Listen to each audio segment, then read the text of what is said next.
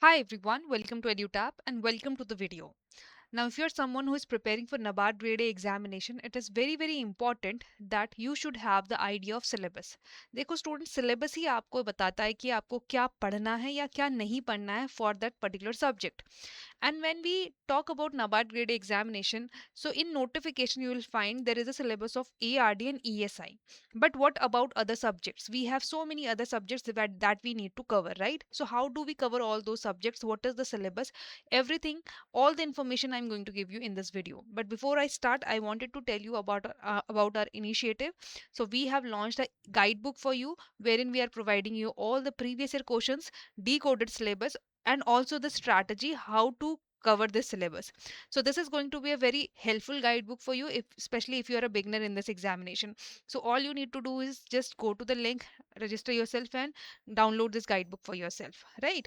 So with this, I'll start this video. So first, let us see exam pattern a bit. So students, if we see in phase 1, the subject that are tested are reasoning, English, computer knowledge, quantitative aptitude, decision making, general awareness, ESI and ARD, right?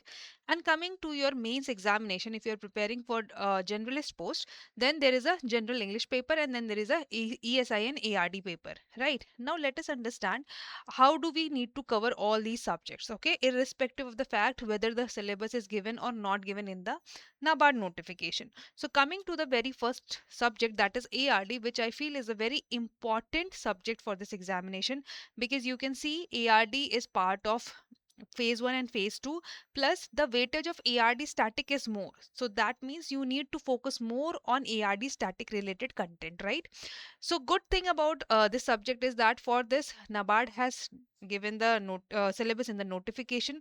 So you can see this is the picture of syllabus from the notification itself. So all the topics have been clearly mentioned, right? So you can see all the topics which are related to general agriculture, agronomy, cropping system, farming system, problems of dryland agriculture, seed production and processing, meteorology, crop weather advisory, precision farming, crop intensification, all these has been covered. Now, apart from that, you have to also cover soil and water conservation topic, water resources topic, farm and agriculture engineering. Also, you need to cover plantation and horticulture. Then, animal husbandry is important. Then fisheries you have to cover. Then there is a forestry, agriculture extension, ecology, and present scenario of Indian agriculture and allied activities. So all these topics have been given to you and in a very detailed manner, right? So what you need to do is you need to just understand what topics are these and cover them from your resources. It can be a book, it can be a website, it can be any course, right? So just here you don't have to do any extra work. Everything is being provided to you by the NABARD, right? And also students, with apart from this, you have one more section in ARD syllabus which is a part of rural development, right? So this particular area, I would say this is specifically with regards to the current development that is happening in our country, okay, for upliftment of rural society, for the upliftment of farmers. So this particular area is basically giving you a insight that what kind of current affair you have to read, right? Now there are few schemes that are directly mentioned, like Manrega, NRLM, Ajivika rural drinking water program, Swachh Bharat rural housing. So such kind of, these are basically the examples given to you. So such kind of schemes, programs and policy you have to cover for your examination, right? So this is the entire syllabus of ARD which is provided to you in the notification. But in ARD, you will find that out of 40 questions that are asked from static part is 30 to 32. Rest are part of current affair, right? So 8 to 10 questions can be from the current affair part. How do we cover that? Again, for that, we don't have any particular syllabus. Only this indicative syllabus is there, where you are getting few topics and you are getting an idea ki, okay, we have to read current affair regarding these things. Okay. So let me give you a detailed idea what you have to cover under ARD current affair. So you can see here, students, in ARD current affair, you have to cover all the schemes that are related to agriculture. It can be related to agriculture production, credit, storage. It can be related to rural development like water supply, sanitation, food distribution, right? Then there is a list of few important schemes I have already given on the screen that you have to read if they are in the news, right? Then there are few reports that you need to cover, so some kind of statistic data, right? How much percentage of area is under organic farming, or we can say like how which state is leading in the milk production, which state is leading in the wool production. So such kind of data is also important. Okay, what percentage of workforce is involved in agriculture work, right? So that all data is also important, and that is not released, that will you will not get in the scheme. You will have to read some kind of reports, you will have to read some kind of data that is being released by the related ministries. Okay, so for that reports are important. Then other kind of current affair is also there, like if there is a MSP release, advance estimate released, or if there is any portal release for the welfare of farmers, right? So such kind of current affair you have to look for. Now what thing you have to cover under scheme? So you will cover ministry, launch year, funding, budget allocation, target beneficiaries, current development that has happened in that scheme. Okay, scheme. So reports that you'll have to cover will be reports that are related to your syllabus, which are released by important national and international bodies. So for example, we are talking about ARD. Now if FAO, that is Food and Agriculture Organization, releases some kind of report, that will be very important for your exam, right?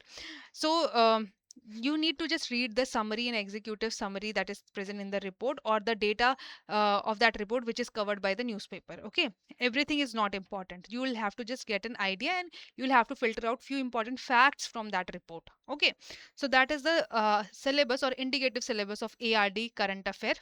Now coming to the next important subject, that is ESI. Now for ESI also, again, NABARD has given the entire syllabus in front of you, which is there from the notification. So in ESI, again, each and every topic has been mentioned which you need to cover for this subject.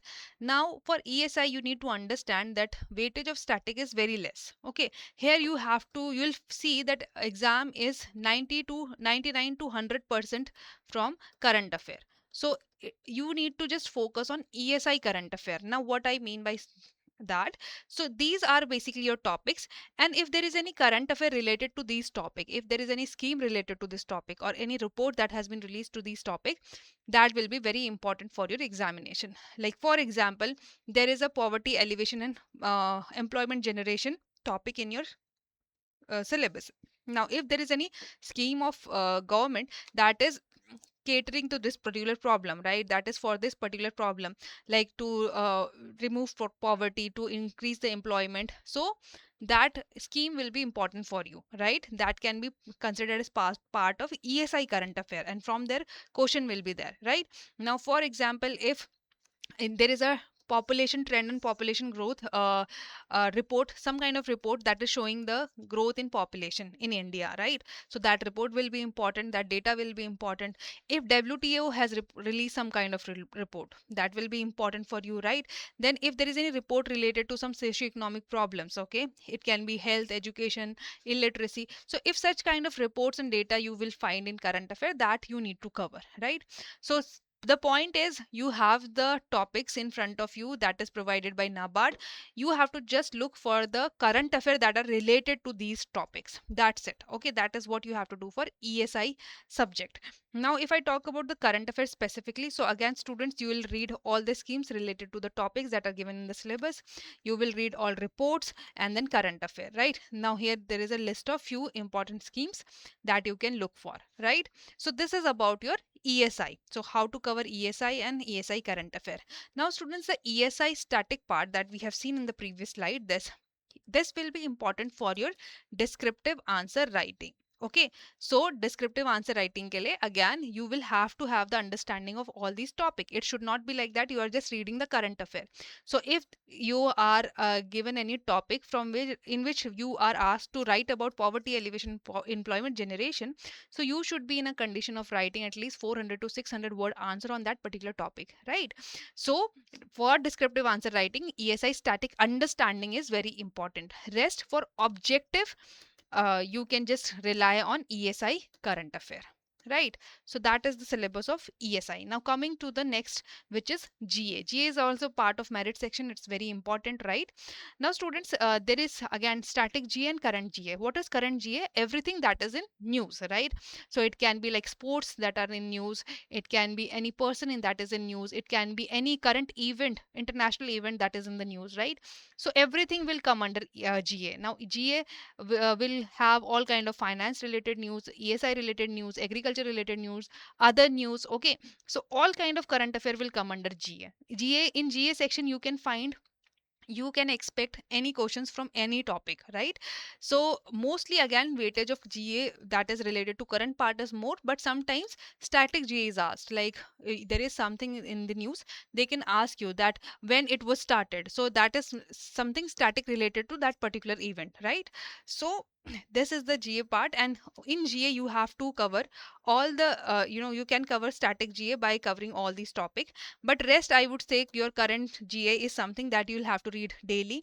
So newspaper reading or any magazine reading which can cover your monthly current affair or the weekly current affair, that you have to do, right? For this there can be no syllabus provided to you because everything comes under GA, everything can be part of GA, right? Now coming to the non-merit section. So no, for the non-merit section again we do not have any syllabus that is provided by NABARD, but still we have to do it because though they are part of non-merit section, but again we need to clear the sectional cutoff, and if we fail to do so, we might not clear the phase 1 exam, right? So students, here no topic has been provided to you, but still based on the questions that has been asked in the examination, we have picked out few topics that we see, okay, this can be a indicative syllabus for these topics, right, these subjects. So you can see in the quants, number series, DI, quadratic equation, simplification, word problem, percentage, ratio, proportion, interest, time, work, mixture, average, probability, age, volume, and age partnerships. These are the topics from where the questions of quantitative aptitude can be asked. Now you don't have to do all of them. If you can just cover 4 or 5 topics from the start, so again that will be sufficient because you have to just clear the minimum cutoff, right? Then same for reasoning, you will have to practice sitting arrangement, alphanumeric series, coding, decoding, ranking order, blood relation, puzzle, inequality, syllogism, direction sense, input output, and analytical reasoning. Again, for clearing the sectional cutoff of reasoning, if you can just do these 4 or 5 topics, that will be sufficient, right? Then also students, you can choose, like if you feel inequality is easy than sitting arrangement, then you can go for inequality, blood relation, ranking order, coding, decoding, right? So accordingly you can choose your topics, practice these topic very well, so that from these topic if there is any question in the examination, you are not missing that question, right? Coming to the English. So in English, topics like subject, verb, agreement, tenses, conditional sentences, preposition, complex preposition, conjunction, advanced verbs, synonyms, antonyms, phrasal verbs, reading comprehension, clause test, rearrangement, parajumble. These are the topics of English that you have to practice for non-merit section of phase 1, right? So I hope with this you have got the syllabus of quant reasoning English. Now coming to the other two subject of non-merit section, that is computer awareness and decision making. So in computer awareness you have to cover topics like general computer awareness, hardware memory, software operating system, MS Office, database management system, internet and computer security, history of computer and generation, and shortcut keys. So you will find that 2 to 3 questions are there always from the shortcut keys. So you can cover this particular topic so that in examination you can easily at least solve 2 or 3 questions from shortcut keys, and rest you can cover from other topics. Coming to the decision making, so in decision making topics like basis of decision making, then type of decision making model, decision making approach, factor affecting decision making, types of problems in decision making, these are the topic that you can look for. Just read these topics and from here only your sectional cutoff can be cleared, right? So with this we have covered the phase 1. Okay, now students, for phase 2, understand one thing, whatever you are reading for ESI and ARD for phase 1, okay, that will be same for phase 2. So ESI and ARD phase 1 preparation will be same as phase 2. So there is no different syllabus of ESI ARD for phase 1, phase 2. So whatever we have discussed for phase 1, what the thing that you need to cover for phase 1 with respect to ESI and ARD syllabus, that will be same for phase 2. Okay, but other than that we have one more subject in phase 2, that is descriptive English.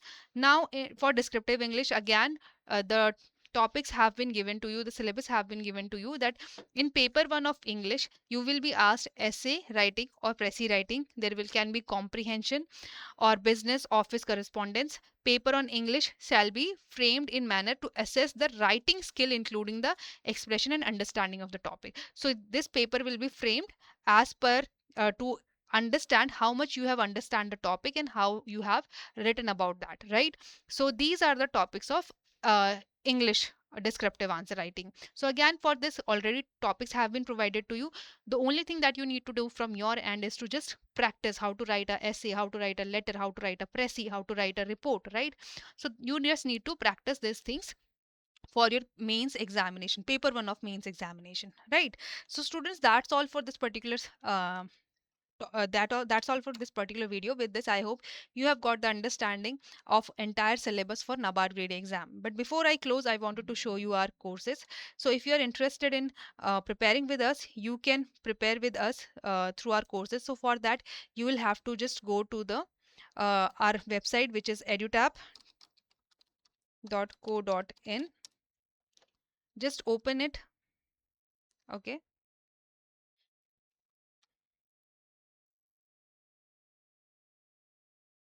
So it's taking time. I'll just open it in the back end and show you, right? Okay. So like, yes, as you can see, this site has been already opened here.